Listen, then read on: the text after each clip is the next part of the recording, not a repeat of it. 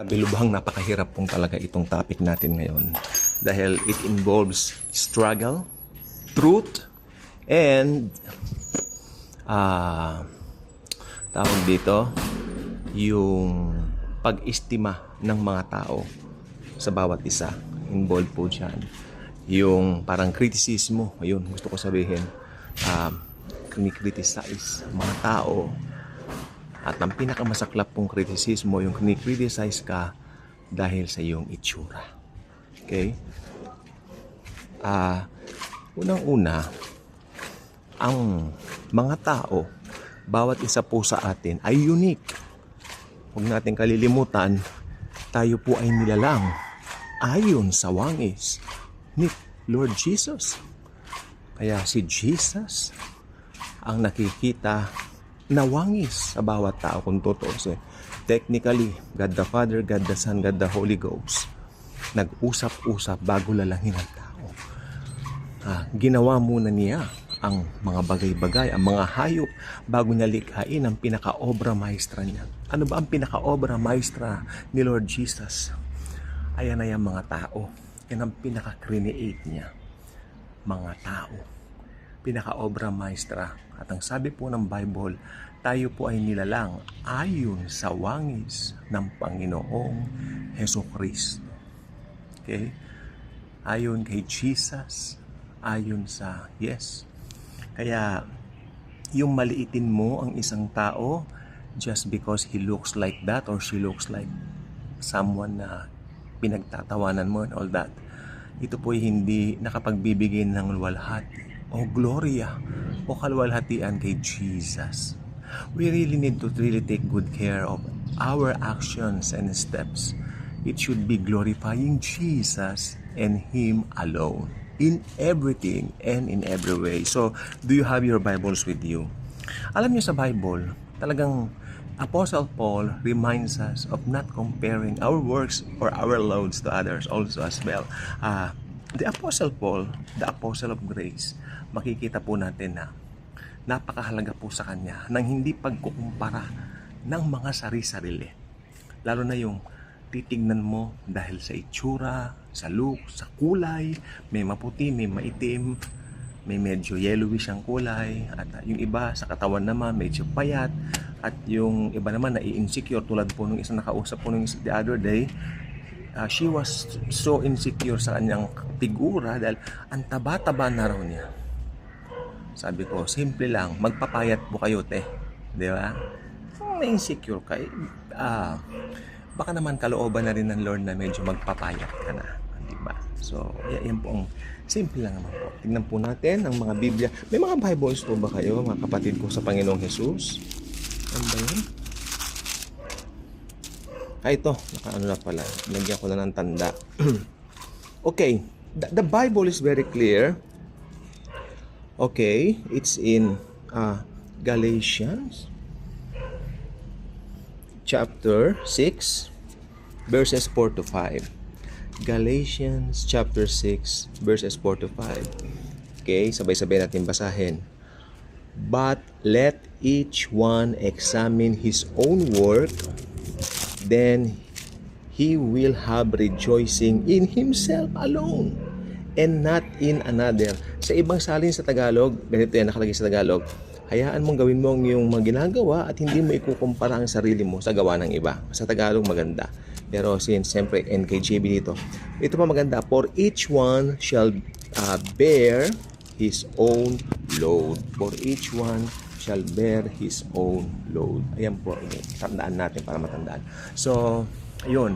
For everyone shall bear his own load. Bawat tao may load. Ako hindi po ako naniniwala na bawat tao may load.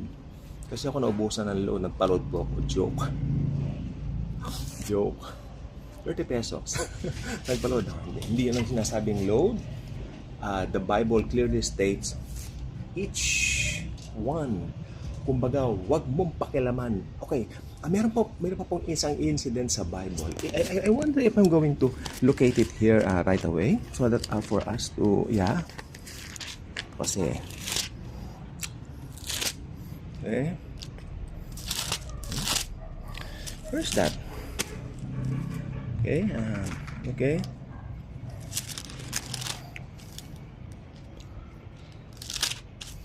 See? Saan na ba yan? Ano ba naman yan? Okay. So, ayan yan. Okay. Thank you, Jesus. Pinakita mo. Okay. Papakita ko po sa inyo. Okay. Ayan po. The Beloved Disciple and His Book. Okay. Sino bang writer nito? Si John the Beloved. Yung humilig sa Panginoon, di ba? Then Peter, turning around, saw the disciple whom Jesus loved, following, who also had leaned on his breast at the supper. Ito yung last supper, no? And said, Lord, who is the one who betrays you? Ito, Peter, seeing him, said to Jesus, But Lord, what about this man? Nakita kasi ni Pedro na sumusunod si John the Beloved. Nag-uusap po si Jesus. Ito yung resurrection na. Nag-uusap po ang Panginoong Jesucristo. Tapos si Peter. Tapos nakita ni Peter si Juan. Panginoon, paano po ang taong yan? Kanya. O, tingnan niyo sagot ni Jesus dito. Jesus said to him, If I will that he remain till I come, what is that to you? Come on, follow me. Kung baga sa amin sa Tagalog, ano naman ngayon? Ba't mo siya tinatanong sa akin? Ano naman ngayon kung gusto ko siyang mabuhay hanggang sa muling pagparito ko? Ano ngayon sa'yo? Basta, wag mo siyang pakialaman. Sumunod ka na lang sa akin. Yan ang paraphrase noon. Kung baga, wag mo pakialaman yun sa kanya. Hayaan mo sa atin. Parang si Pablo, apostol sa mga Gentiles. Tapos si Pedro, apostol sa mga Hentil. Si Pablo apostol sa mga Hentil, si Pedro apostol sa mga sinaunang tao, yung mga Hudyo. At kanya-kanya po sila, di ba? Tingnan niyo, sabi niya, If I will that he remain till I come, what is that to you? You follow me. Yeah, that's the exact words coming from the Word of God. Okay? Then, kinig mo buti, then this saying went out among the brethren, that this disciple, itong si John, would not die. Yet Jesus did not say to him that he would not die, but if I will that he remain till I come, what is that to you? Pinag-chismisan pa nila, nag-create pa ng maling chika.